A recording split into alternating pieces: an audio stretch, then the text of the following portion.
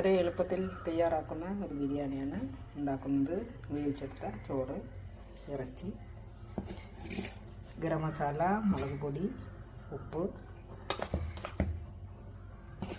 മഞ്ഞൾപ്പൊടി, സവോള, ഇഞ്ചി, പെരിഞ്ചീരകം എല്ലാം കൂടി മിക്സായിട്ട്, തക്കാളി എല്ലാം കൂടി മിക്സായിട്ട് അരച്ചത്, നാരങ്ങനീര് എല്ലാം കൂടി മിക്സായിട്ട് 5 മിനിറ്റ് കുഴച്ച് വയ്ക്കാം.